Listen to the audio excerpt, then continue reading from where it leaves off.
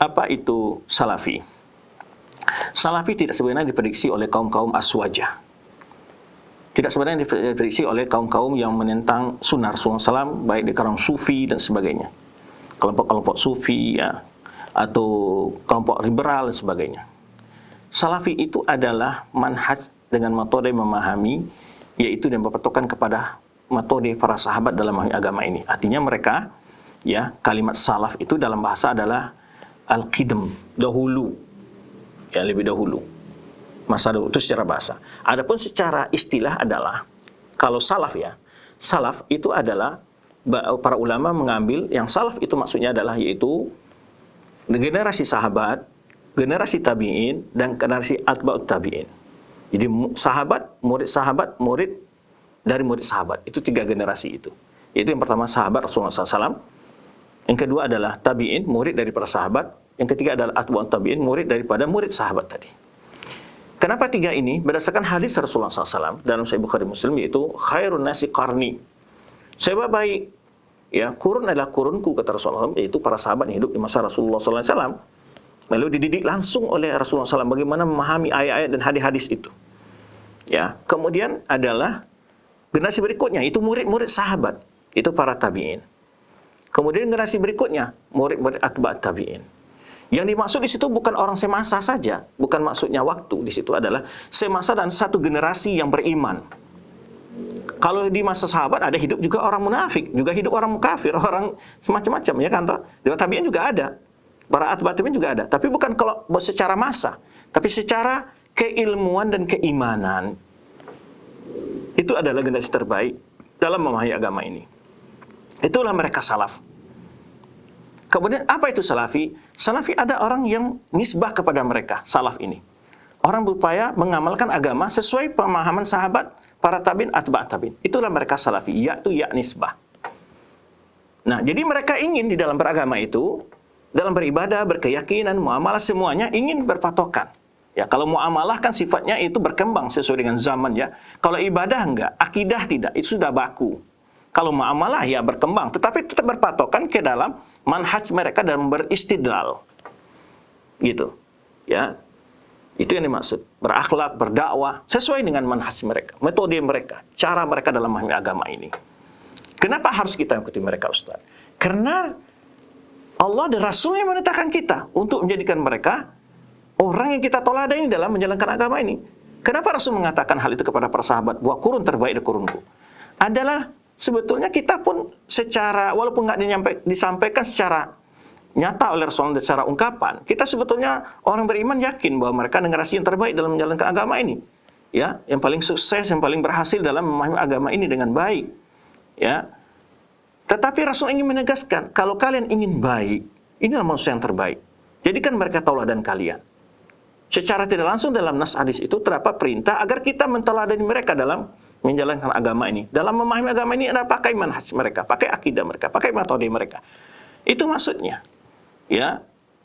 Maka Rasulullah SAW dalam hadis-hadisnya menyuruh kita untuk berpegang dengan manhaj sahabat. Bagaimana ibadahnya sahabat, bagaimana keyakinan para sahabat dalam menafsirkan ayat dan menafsirkan hadis sebagainya. Kenapa demikian, Ustaz? Ya. Kalau ayat Al-Quran bisa dibuka surat At-Taubah ayat 100, kemudian surat An-Nisa ayat 115. Di sana Allah memerintahkan pertama as-sabiqun al-awwalun minal muhajirin wal ansar walladzina tabi'uhum bi ihsanin. Generasi utama dari kalangan muhajirin dan ansar dan orang yang mengikuti mereka, kata Allah Subhanahu wa taala. Dan orang yang mengikuti mereka, itu generasi yang harus kita ikuti. Ya. Allah hanya menyebutkan sini as-sabiqun. As-sabiqun ada 2. Al-muhajirun ansar, yaitu orang muhajirin ansar. Walladzina tabi'uhum, dan orang-orang yang mau mengikuti mereka bi ihsanin, dengan baik, bukan sekedar mengikuti, tapi betul-betul dengan baik mengikuti mereka. Radhiyallahu anhum wa radwan. Allah akan redha kepada mereka, mereka redha kepada Allah. Wa adal jannatin tajri tahtal anhar. Allah akan sediakan untuk mereka surga yang mengalir di dalamnya sungai-sungai. Kalau kita ingin ya sukses, bahagia dunia akhirat dalam beragama ini, hanya ini metode yang rekomendasikan oleh Allah SWT. Dan orang yang menentang manhaj mereka, pemahaman mereka, Allah sebutkan dalam surah An-Nisa. Wa may yushakkikir rasul min ba'di ma tabayyana lahu huda wa yattabi' ghayra sabilil mu'minin nuwallihi ma tawalla wa nusli jahannam wa sa'at masir. Orang yang menentang rasul setelah jelasnya petunjuk, menolak sunnah Rasulullah SAW, menolak ajar Rasulullah SAW, membantah, melanggar. Wa may yushakkik rasul min ba'di tabayyana al-huda, telah jelas baginya petunjuk. Wa yattabi' ghaira sabilil mu'minin, mengikuti jalan selain jalan orang beriman. Jalan beriman di sini dimasukkan oleh para ulama tafsir menjelaskan yang masuk di dalam ayat pertama kali di sini adalah para sahabat. Karena mereka lah orang beriman saat turunnya ayat-ayat tersebut. Mengikuti jalan orang beriman selain jalan sahabat. Maka Allah katakan, nuwallihi ma tawalla. Allah biarkan dia berputar, berpaling kemana dia hendak berpaling di dunia ini, memasuki bagi kelompok-kelompok yang menyimpang. Nuwallihi ma tawalla wa nuslih jahannam. Namun di akhir kala apa kata Allah? Kami akan masukkan dia ke neraka jahanam. Wa sa'at masir, itulah sebuah tempat yang kembali. Tadi dalam pertanyaan mengatakan setiap orang mempunyai paham dalam memahami ayat dan hadis. Betul. Tetapi paham yang benar itu paham yang dimiliki oleh sahabat. Maka kita dalam memaham sebuah hadis, memahami sebuah ayat, merujuk kepada pemahaman para sahabat. Bagaimana sahabat dalam menafsirkan dan memahami hadis tersebut. Itu yang disebut dengan salafi. Tidak sebenarnya Allah mengatakan bahwa salafi itu memahami ayat dan hadis tanpa pemahaman ulama. Itu justru keliru. Berat dalam pernyataannya. Orang salafi dalam menafsirkan ayat dan hadis selalu berpatokan pada pemahaman para ulama dalam hadis itu. Ulama yang pertama adalah sahabat, para tabi'in, para atba' tabi'in, ulama-ulama berjalan sesuai manhaj salafi. Jadi jangan sekali-kali membuat statement bahwa orang salafi itu hanya sedikit kembali kepada Al-Quran hadis. Al-Quran hadis. Al-Quran itu melalui para ulama bisa kita pahami. Betul, maka kita selalu memahami ayat Al-Quran dan hadis itu sesuai pemahaman para sahabat Nabi, para tabi'in, para atba' tabi'in, dan ulama yang berjalan di atas manhaj mereka. Itulah salafi. Karena kalau tidak begitu, setiap kelompok akan memahami ayat dengan pemahaman masing-masing. Ini saya buatkan contoh ini.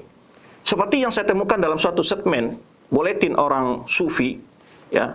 Di sini saya tidak menghukum semua orang sufi, ya, tapi dalam buletin mereka saya temukan salah satu kelompok sufi menafsirkan, wa allahu istaqamu ala tariqati la asqainahum ma'an ghadaqah. Jika mereka istiqamah di atas tariqat, maka Allah akan balas mereka dengan air minum yang begitu sejuk kala di akhirat.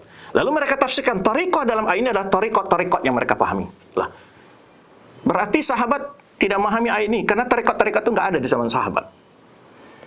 Kalau kita lihat tafsir semua ulama-ulama, bukan tariqat sufiyah yang dimaksud dalam ayat ini, tapi tariqahnya Rasulullah SAW, dimaksud syariat ini. Wa alastaqamara tariqati laskainahum ma'an ghadaqah. Tariqat di sini bukan maksudnya tariqat sufi.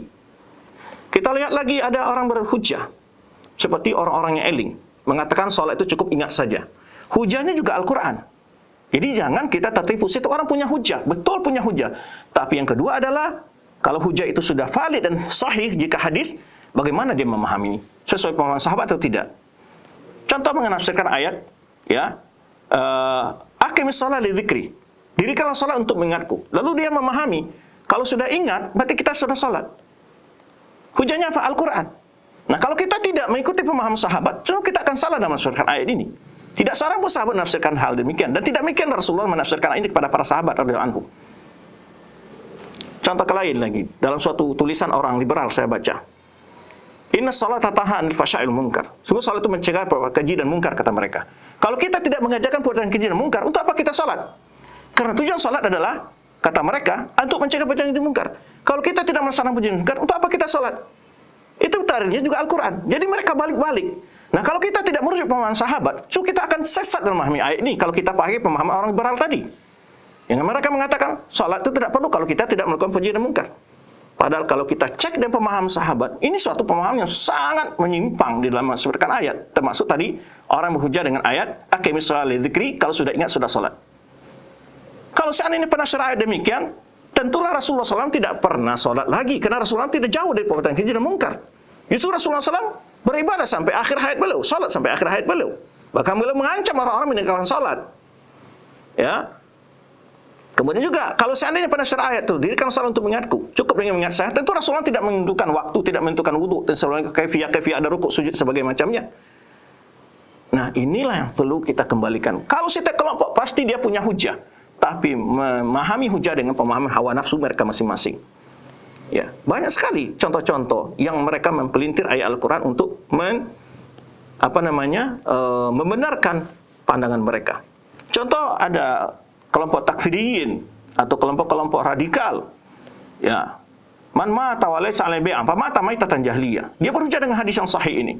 Orang yang mati tidak membaiat imam, dia mati dalam keadaan jahliyah. Lalu dia doktrinlah pengikut-pengikutnya. Ayo baiat imam. Lah, Nafsir hadis ini, maksud hadis ini apa ini? Imam di sini, apakah imam kelompok mereka? Atau maksudnya imam ini adalah penguasa kaum muslimin yang resmi, presiden kalau di kita. Lalu mereka menafsirkan, ya maksud imam di sini menurut mereka adalah imam kelompok mereka, lalu baiat guru mereka, baiat imam mereka. Lah, hadisnya sahih tapi pemahamannya melenceng. Maka jangan terpukau kalau orang mengatakan, oh masing-masing punya hujah. Betul punya hujah, tetapi bagaimana dia memahami konsep hujah tersebut.